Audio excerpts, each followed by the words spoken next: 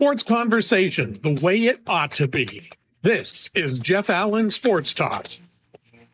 And we welcome you to another episode of the show. And it is my pleasure to bring back, first time in a while, our good friend Scott Linn from the Linn Murray Solly podcast and the Zacast on Fridays. Scott, good to see you, bud. Jeff, thanks for having me. It has been a long time, man. I'm sorry things haven't worked out, but I'm glad to be back. Thank you for inviting me, as always. Hey, no problem. Always great to have you on the show. And of course, we're smack dab in the middle of baseball season, and baseball's kind of all we got right now, for at least until football kicks in. So wanted to get your thoughts. Yeah, that's not long. Yeah. So I wanted to get your thoughts initially on baseball. Of course, the team that you cover in your market, and of course the team that you are a fan of. Let's start with that one, the Philadelphia Phillies, who have been kind of trading places with the Mets atop the division, but doing it without Bryce Harper, and it looks like they'll get him back this week. Yeah, doing it without Harper, doing it without Nola. Wheeler's been Wheeler for the most part, which has been wonderful. Sanchez has helped out. Ranger Suarez has certainly helped out. Like, the pitching is pretty much carrying them. And they went through a bumpy stretch where they were losing games against teams that normally they shouldn't be losing to. I mean, they were in a funk. They seem to have righted the ship. Again, pitching's gotten much better, like to, Texas levels, if you will. Sort of strange to say that, but it's a good team. I'm happy. I'm quietly confident. When you hit July, you don't want to be. You certainly don't want to be too far back. There's still ways to go, Jeff, as you know. But they've been. I'm still expecting good things. Do I have any idea how it's going to pan out in the long run? Man, like you mentioned, Harper. I mean, guys can go down for periods of time. Teams get into funks. We've seen this time and time again with pick your poison, pick your club, pick your injury. But the fact that they've been doing it without Nola, who's not been himself and injured, that's probably the biggest worry. Little, dings to the lineup are going to happen, and then guys will come back. I think a good July is ahead, obviously. Yeah, and of course, talk about funks, like the Mets have been in a terrible one like the last couple of weeks. Like, yeah, as we record this, what the Pirates did to them over the weekend. I mean, that was enigmatic, like that, and again, Pittsburgh's fun, and trust me, I'm here for it, because it gave the Phils, as we record this, they're up by like game and a half too, and stuff like that's negligible. I'm not saying that's, nor would I, that is by no means insurmountable, but it was just one of those weird things. Like, what, and I ask you, what's more weird, that to be outscored, what were they outscored, like 30-4 over this past weekend by Pittsburgh, or to play a 3-game set? I think it was a 3-game set with the Astros, like the Phils did last week, and their pitching was unbelievable, but they scored 4 runs in 3 games. Like, they were losing whatever the scores were. Those are the two things that baseball students and fans can never. You're like, our pitching couldn't have been any better. Please score more than 4 runs in 3 games. That was a frustrating series. And then I go over and I talk to my Mets fan friends, or my Mets friends who are fans, and you go, you got your butt kicked. That was terrible. Okay, what's more of an enigma? Like, I think the Phillies side is, it's hard to pitch that well and lose those razor thin games. You get blown out sometimes. Sometimes it just doesn't work. Yeah, well, I'm seeing that with my Braves. The pitching's been really pretty good, despite the fact they've had to plug some, basically what would be 6 and 7 starters in, but their top 3 guys have been pitching really well. And of course, Sale got hurt, and they get no run support. So that's the exact thing you're talking about. Yeah, it's rough. I mean, again, I hate that they're cliches, but we got them. It's a long season. Stuff like that gets ironed out. But, Phils took 2 or 3 over this most recent weekend. And, but like you said, there were great pitching performances for both sides. And you take 2 or 3, you're happy. Please keep winning 2 of 3 for the rest of the season. That would be okay with me. That's the formula for winning. Absolutely. Yes, absolutely. Sir. All right. So, of course, you are in the DC market, the Washington Nationals. They're still kind of retooling the thing, but looks like they got a guy in James Wood. Yeah, he's a guy. I mean, they went through their own funk. I mean, again, so rewind what? Again, as we record this, rewind 10 days ago, a week ago, and they had lost almost a dozen, or maybe it was 11 in a row.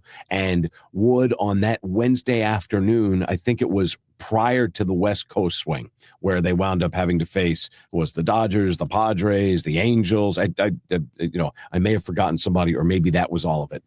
And Wood took the team on his back and had 2 homers, drove in all the runs. He's been wonderful. You know, the stat coming off of the weekend, who else has been intentionally walked 4 times in a game? Bonds. Like, that doesn't happen to anybody else. He's clearly quite good.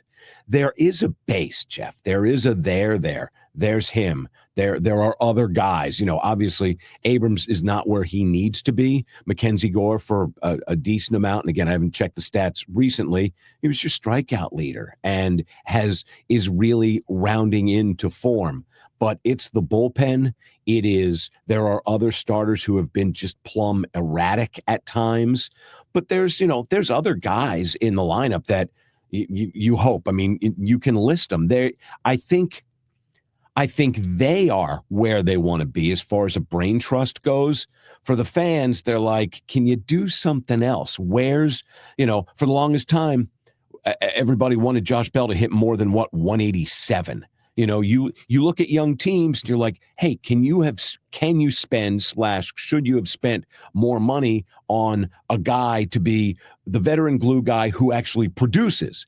And while Bell had minutes and flashes, and everybody knows that he's a pretty good ball player, this season's been god awful for the most part. So I think you have some fan distress. Let's just use a calm word. But there's definitely a there with House, with all the other guys, I'm drawing a blank, but there's so much young talent in the pipeline and in the clubhouse.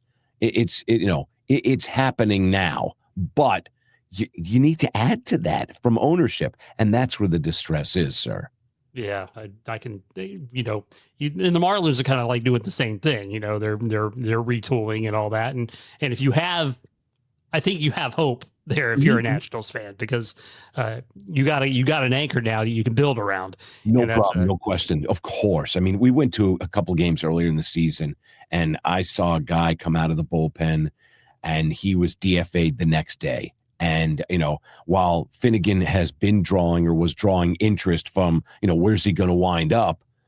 Aside from that, you at times you go, oh my gosh, what are they throwing out there after a guy like Gore? But, it'll get there. I think the fans, because it's been what now? And again, fans can be entitled. We all know that. Okay. But it's been 6 years since the title, and people want, teams want to be relevant. Fan bases want to be relevant, and there's nothing wrong with that. You spend good money to go to games. You spend good money to support.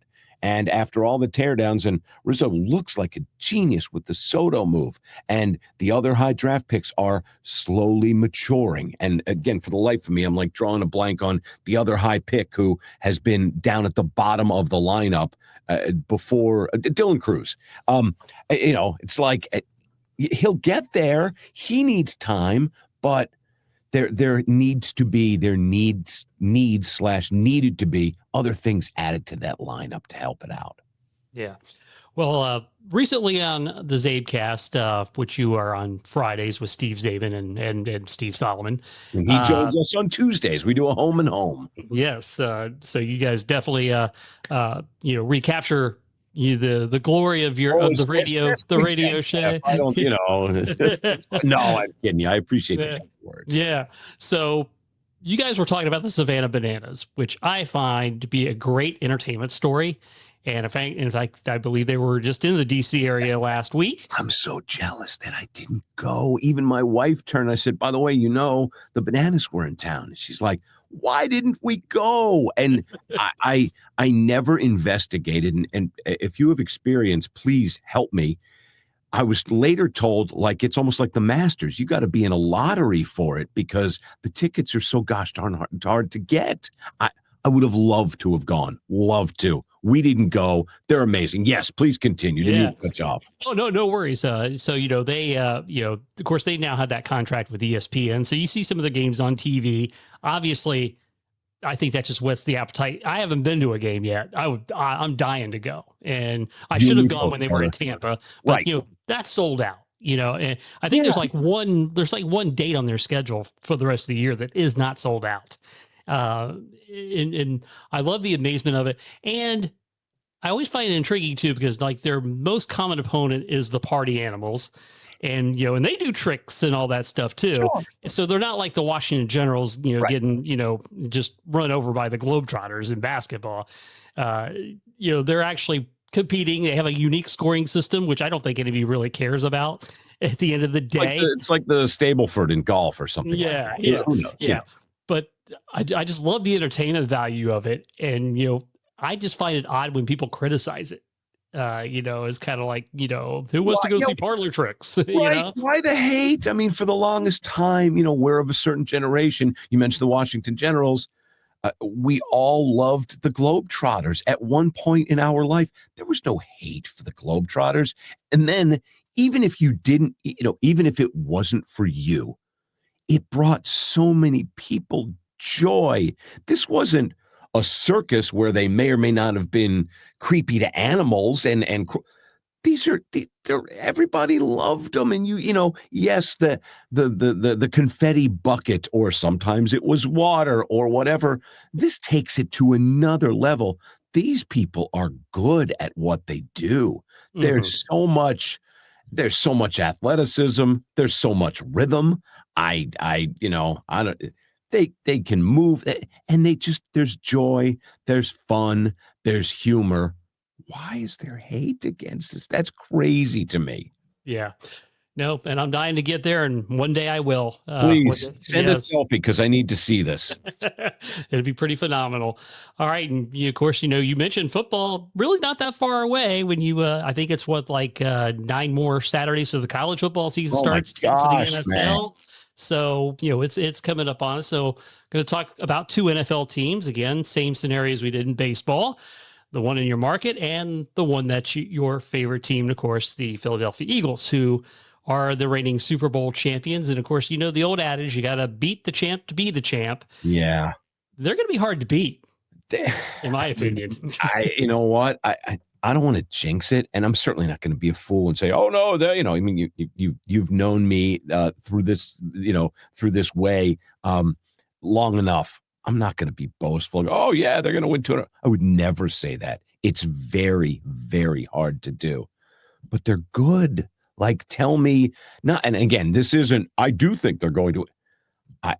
I'm happy. I'm at peace. I got to see another Super Bowl title, which was amazing. Their defense was fantastic. Again, little changes, little tweaks here and there, but Howie Roseman just runs a wonderfully creative ship. And, even when,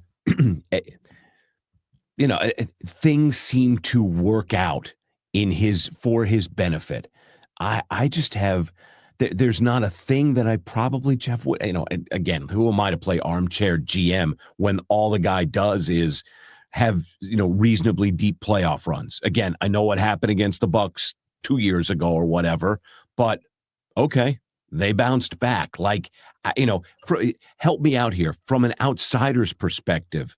Like you said, they're going to be tough to beat. I think that's an understatement. There are also really good teams in that conference. I'm not going to sit here and be a fool.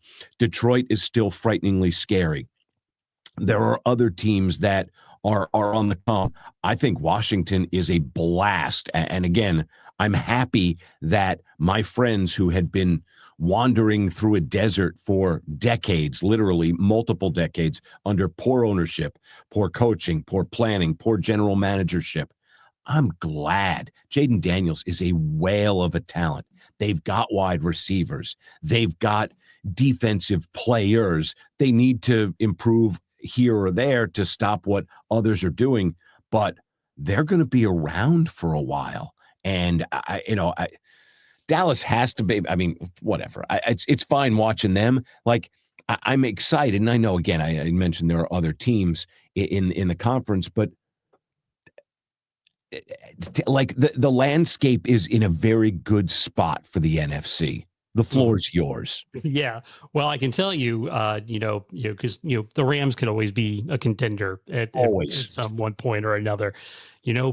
Minnesota, will JJ McCarthy be able to help build on what they got going last year? There's lots of that. The Cowboy thing, of course, being the long suffering Cowboy fan that I hear you, my friend. It's very intriguing. I mean, they're kind of going a different way with Schottenheimer as the head coach. They're either going to look incredibly brilliant or incredibly stupid. It's going to be one or the other, right? But the things they talk about him trying to build a culture in Dallas, they've had a hard time keeping a culture there. And you can speak to this too. The culture starts with the owner. Like he's gotta, again, and we've discussed through the years, I didn't really have a huge problem with Coach McCarthy. I thought he was a good coach.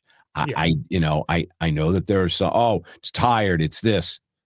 It was, after a while, they were so beat up or they were so stripped down or they were so a lot of things or they were so flawed and the roster was flawed because too much money was spent here or not enough money was spent here or it was only this and, key player lost to injury or what have you. Obviously, if Dak ain't right and through health or whatever, I have no problem with him as an NFL quarterback. I never did. He's good at his job. So there's a lot right. But yes, they were flawed, and it starts with the owner. I know, and he ain't selling the team, man. But he certainly is dabbling in stuff he shouldn't be dabbling in. Well, I may have told you this before. I've said it on this program many times. Jerry ain't selling the team. Steven's taking over, and I think Steven might even be worse. So, heart breaks for you, my friend. It's gonna be ugly. Pretty much is how that goes. But again, like you mentioned about the Eagles, I just don't see any weak points. The only thing that really would derail them would be probably injuries, right? Yeah, that would probably be about the only thing. I think so. But like I said, there's certainly there's some good teams there, and I'm all for nobody wants a walkover through half a bracket or teams backing in. And then over in the AFC, and again, anything can happen, but Kansas City did look old and a little bit of a mess, which is very un-Reed and Spagnuolo-like at the last time we saw them on the field. But there's certainly other teams there. I mean, I'm excited to see what this season brings, even more than last season, because it's like, all right, they won a Super Bowl. Let's go. I hate to sound like next season up guy, but okay. And this might be the year the Buffalo Bills finally crack through in the AFC. That's a really good football team. So, and they're a quarter. I mean, the Ravens, obviously, today, as we record this, the Steelers just made a massive trade to make their defense that much better. I don't know what's going to happen with Mr. Watt, but, and again, there's the whole Rodgers thing, but they just grabbed another tight end who everywhere he goes, all he does is catch balls and be productive, in addition to Pat Freiermuth. Like, okay. It seemed like an all-in push for the last dance for Mr. Rodgers. Yeah, we shall see how that turns out. Yes, sir. Yes. So recently concluded, Oklahoma City wins the NBA title, and it was a small market finals with OKC and in Indiana. Mm-hmm. And I know the networks want the marquee teams in. There's no secret to that whatsoever. I liked having a little variety in there this year. I've become less and less of a fan of the NBA over the years, just because of the way the style of play is and things like that. But it was kind of nice to see some fresh blood competing for the title. 100%. And, once Tatum went down and the Knicks went out and Cleveland came into the postseason and they were banged up and then not banged up and then banged up, anything could happen in the East, and anything did. And once Halliburton with the dramatic finishes against the Knicks and the Bucks, and then taking care of business, to reach the NBA Finals, and then pushing it to a seventh game and giving it his all, and then crushing injury. Solly and I were talking about this on the Linn Murray Solly podcast, and both very likable fan bases. I mean, you talk about a machine like, I don't want to overly rave about Howie Roseman. Sam Presti's ridiculous at his job, Jeff. Like, how does that? It's just, they're a factory, and then going forward, more first-round picks.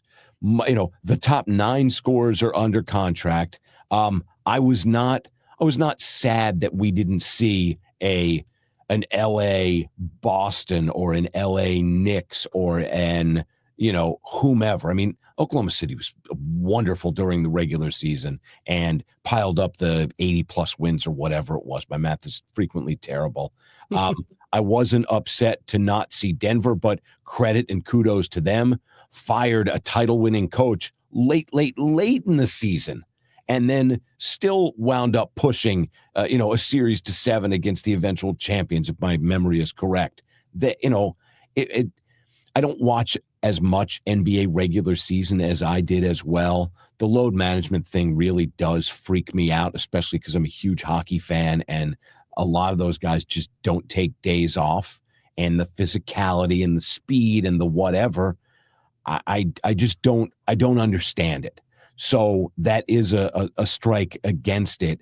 But I loved the playoffs, and I loved watching the playoffs this season, and I loved watching Oklahoma City, and I loved watching them play team defense, and I loved watching SGA, and I loved watching Williams, and I loved watching Tyrese, and I loved watching Pascal Siakam, be reinvigorated and sort of re-find his joy. Like that, that was.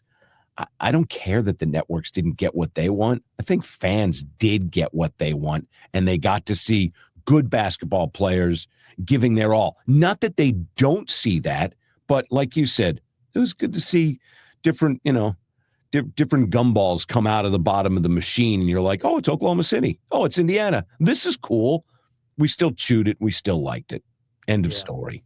And of course, you mentioned being a hockey guy, and of course, what do you think about the state of Florida being such the hockey state? Freaking Florida! I chatted with this about Solly too. I saw Carolina, and Carolina wiped the rink with the Capitals, and then Carolina was blitzed by the Florida Panthers, and I just I'm like, hey, the Caps are pretty good team, finishing second in the President's Trophy for the season points to Winnipeg. They were a good team. They suffered a key defensive loss. I think it was actually in the Montreal series when their young defenseman Martin Ferivari left with a knee meniscus, and he'll be fine for next season. Once he went out, Jeff, that made the Capitals just totally different. And the scores, Ovi was trying, but a lot of the timely scores weren't scoring anymore. And it was the series with Montreal was very close, even though it was over in 5, and they just looked lost against Carolina. Carolina was like a hornet's nest, keeping them pinned in their own zone. And Logan Thompson stopped making the saves that were needed to carry a team any further. And they looked terrible. And Carolina looked like a much better team. I'm like, wow, Carolina's really, really good. And the Caps played like a damp sponge. And then I'd see a little later on, I'm like, wow, this Florida's what? Florida looked like a Goliath compared to Carolina's David, and Carolina just crushed the Caps. I'm like, man, did I get this wrong? But the injury during the Four Nations tournament for Mr. Tkachuk, and then he comes back, and you saw the post-rink interviews where he's like, oh yeah, it's my adductor muscle. It was like off the bone. These guys are so tough, Jeff. But this dude comes back, has a whale of a postseason, and Bennett and Reinhart and Barkov looked wonderful, and Bobrovsky making key saves. And I'm like, oh, and Brad Marchand, of course. Like the addition of Marchand and the re-addition of Tkachuk to that lineup, I was an idiot. It was right there in front of me, and I just should have said, Florida's going to win this. And they were very, very impressive. So, again, we got a good finals. It was, one of these years, Connor McDavid will win his. I have no doubt. He's going to the Hall of Fame. Leon Draisaitl's going to the Hall of Fame, but we do live in that, and many subscribe to the ring culture, where you need it to define who you are and what you've done. Forget about your personal stats. That's unfortunate. We all know it's a team game, and especially hockey or baseball or football or the NBA. Like, come on. You can score 30 points a game and no one's going to care. Everybody knows who the great players are. You need great teams to win titles. Yeah. And of course, I like what you said too, because when it comes to hockey players, you literally have to drag them off the ice. Yes. I mean, again, very, very difficult to win back-to-back. They're good, man. They're really, really good. I don't know what, again, is on the cusp of NHL free agency. Teams do have decisions to make. Can we afford to keep this person? Whoops, that person's no longer going to be here. I mean, Toronto's going to look a little different, and the Caps may not look very different. Mr. Ovechkin has 1 year to go, but their goaltending is of a certain age, and it's in a good spot. They're good enough. Their D's got to be healthy. I think they need to tweak that defense again, even though they spent a lot of money this season. They added Matt Roy before last season. I don't want to get too deep in the weeds. And then they trade for Jacob Chikrin. He signs, and he was great, but he ran out of gas too. And, they a couple of tweaks to that, but they also have guys in the pipeline, much like the Nationals do. The Caps are primed to stick around. It'll just be weird not seeing a player like Alex Ovechkin, quite likely after next season, when his deal runs out. And a lot of these guys want to go and play in Europe or Russia, their home country, and then just sunset.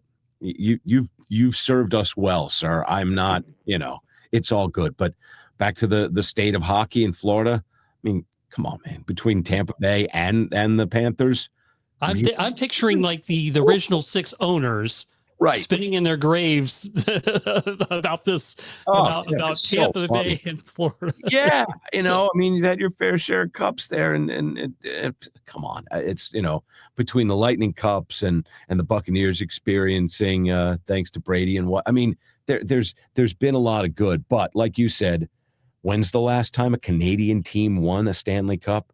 93 was it? The Montreal Canadiens. There was great hope. I was pulling for Edmonton. I'm like, let McDavid get one. I think they can do it. Their goaltending was questionable, and their goaltending was really questionable. They were playing, yo-yo and Showtime at the Apollo, Hook and Skinner, Hook and Calvin Pickard. It's like, who's going to start tonight? I'll start. Okay. But it was, much fun, and just I actually had this chat with one of the gentlemen with whom I work on the Tales from the Warehouse, the COO of Migrate, a guy named Barry Mizell, who's a longtime sports writer. He covered the NHL, he covered the New York Rangers ago in his prior to the game-worn industry. And we're just talking and marveling sort of how the NFL's really good, Jeff, at being 24/7, 365. Like they take, again, speaking you can help me because my English sometimes gets me in trouble. Is it with hyperbole? They take like 2 weeks off or 3 weeks off, like the OTAs and then the mandatory, and then they're off for 3 weeks and then training camp starts. And then we're right back to it. Baseball does go dormant for a couple. We have the World Series, and then it stops until December, and then it stops until February. But baseball stays off of our radar. Basketball, the Thunder Pacers series wraps up, and then all of a sudden, within a week, 6 days, we got a draft on our hands, and then free agency, and summer league right away. Then they'll go quiet for a little bit. Hockey's right there now too. The cup ends. The draft is within a week's time. Free agency comes. I just got in my emails, the Caps, and I'm sure all across the NHL landscape, they have their developmental camp. So the rookies and the draftees and the invited draft picks are all going to get some ice time within the next couple of weeks. There's no NHL Summer League, so then they are going to get to, rest their weary legs until like the beginning of September when training camps will start to kick off. But the NHL, fans of all flavors, pick your league. We got content. We got way more content than we used to have. And I think that's a good thing. Yeah. And let those hockey guys get a little bit of rest. Seriously, man. Playing in the international tournaments. They definitely deserve that. And of course, you are the master of the segue because you did bring up Tales from the Warehouse, and I kind of wanted to have you tell my audience about this podcast that you do. Very very intriguing. I listen whenever I get the chance, and tell the folks about it. Absolutely. It's available wherever you get podcasts. It's free. It's on YouTube. You can see my handsome face. Jeff's way more handsome on this sports talk platform, but you get to see me, and I talk to either collectors. I talk to folks in the Migray family. It's the president and CEO is Barry Mizell, his son David. Experts in the game worn memorabilia. They do a lot of hockey. They do NBA. And again, this isn't just a free plug for them, but you can check them out at mygray.com if you are a memorabilia type person. And they run the gamut. They do have baseball pieces. There are football pieces. It is mostly NHL, and they have exclusive deals with NBA teams, the Clippers, the Lakers, the Warriors, and the Charlotte Hornets. They also have 6 NHL teams under their umbrella, including the Caps, the Preds, the Blue Jackets, the Flyers, the Devils, and the Minnesota Wild.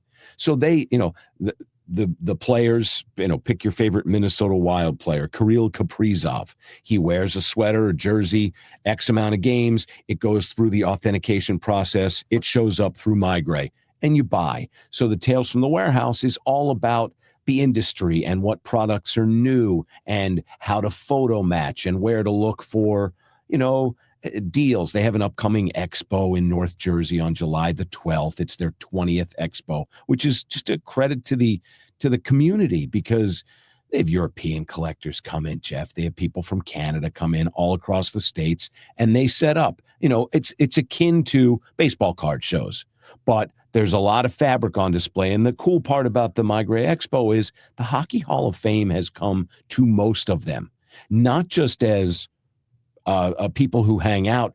They bring stuff from Toronto. So from the 30s, 40s, 50s, you name it. And you just walk over. The gentleman with the long flowing hair, Phil Pritchard, who we've seen is the keeper of the cup. And he's got the gloves. And, anyway, Phil's there pretty much every year. You can walk up to Phil and just strike a conversation. You're like, you're the keeper of the cup. Like, you've seen him because he's got the part in the middle and I've met Phil on several occasions. The nicest guy, but the cup's not there, but other jerseys from defunct teams, from the old WHA and the NHL in the 60s. I mean, you never know what you're going to see. And they always bring things that are conversation worthy and tongue wagging for us Jersey nerds. And I say that with all the love in the world, Jeff. So on Tales from the Warehouse, we talk about the collecting space. And like I said, I get to interview collectors from all across the country and as well as folks within the Migray family. So it's fun because I have a modest collection. I've been collecting for 30 years. So this is fun. Like, I love the hobby, and it's great to be, sorry about that. It was like, I'm glad you got to see that live. It was my other earpiece, and it was on my elbow. I'm like, is there a bee in here? What is so? Anyway, at least didn't go in my mouth. Anyway, I'm a collector at heart, so it's honestly, I love doing that podcast with those guys, for those guys, and about the hobby. And people, lots of good feedback. So it's available on Spotify and Apple Podcasts and YouTube. You can watch it and enjoy it. And thank you for letting me pub that. Of course. Yeah, I'm not a huge collector, but of course, over my shoulder here, I picked up a beauty just about a month ago. I know you can't fully see it on the camera shot, but that's an autographed Dale Murphy jersey. I was going to say, I see the 3, and I was going to ask, tell me more. Yeah. So Dale does these MVP experiences throughout like 10, 12 times a year, where basically you and a group of 20, 25 people basically spend the day with him. And so, you go to his restaurant for lunch, he does autographs, he does a Q&A, then you go to the game that night, you watch from the Home Depot suite in left center field, more picture ops and things like that. And, and I was thinking about this too, because I asked this question out with people and their favorite teams. If the Washington Nationals had a player that did this, would it be Ryan Zimmerman? Oh, that people would 100% want? would be Ryan Zimmerman. Yes, absolutely. He is an ambassador. You know, they call him on the radio broadcasts employee 11. You know, he is and was the face. Obviously, you know, now it's James Wood. For a hot minute, it was C.J. Abrams before Wood came up. Not a hot minute, but, you know, Abrams was looked at as what comes next.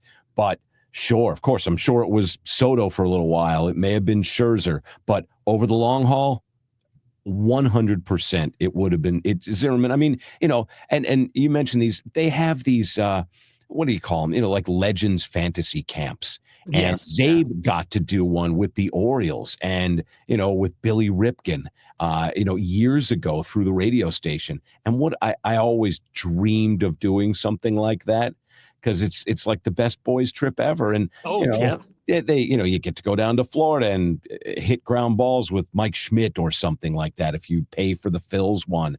But they used to advertise them. I love it. I think it's a great idea. I'm quite jealous of you, sir. That's a great experience. It's the best sports experience I've ever had in my Oh life. my Just good for yeah. you. Yeah. Good for you. Yeah, it's fun stuff. All right, so before I let you go, plug your other work outside of Tales from the Warehouse. Oh my gosh. So we got the Linn Murray Solly. I mean, these days I'm doing a teeny bit of sports. I'm still very much a sports fan and still very much involved in the kids stuff. Although daughter graduated from James Madison University and she's, God bless her, working full time in her field, which is neat. She's still at home and saving money. My wife and I are not. We're like, you'll leave when you leave. We're not, you know, we'd like you to leave, but we're not kicking you. You know, it's one of those, hey, I get it. Being a young adult and God bless having a full-time job, it's still an expensive proposition. And then the other young man is a rising senior at Pennsylvania State University, which is just crazy to us. And he was lucky enough to study abroad for his second semester junior year. But I'm still seeing as many soccer and baseball games as I can because the 10th grader is now an 11th grader. And before we know it, Jeff, 11th grade, you know, hopefully varsity. He's made varsity his first couple of years for soccer. So I attend as many games as I possibly can.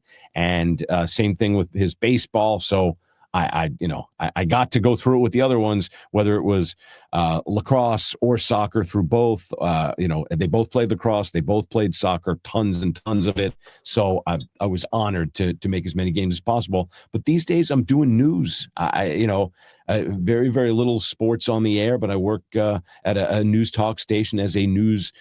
Most of the time, most of the week it's reporting, but anchoring whenever they need me to anchor, and I anchor on Saturday mornings, and I get up with the dogs early on Saturday, so the shift is good. But the fact that I get to leave work at a normal hour, which in sports radio, and again, was so lucky to do it for 27 years, my friend.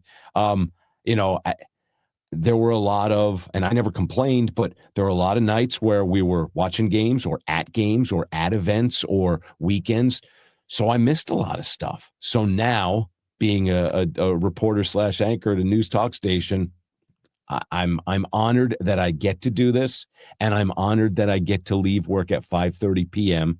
and head to the high school to see my kid, you know, kick it around for a few hours. Like nothing is making me more happy these days. That's awesome. So, yeah, we'll catch you on Linn Murray Solly and also on the Fridays Zabecast. Please do, and thank you for mentioning the Tales from the Warehouse. If you're so inclined, it's so much fun. But like I said, memorabilia is not for everybody. They're like, you do what? That's sweaty men's clothing. Yeah, it is. They also have deals with women's teams too, and the WNBA and some of the WNBA teams. So it's not just. But memorabilia is an acquired taste. I get it, but I love your Murphy, and I'm glad you got to experience that. That was something else. As always, Scott, I appreciate the time, man. Thanks for having me, and the paths will cross sooner than later next time. I promise. All righty.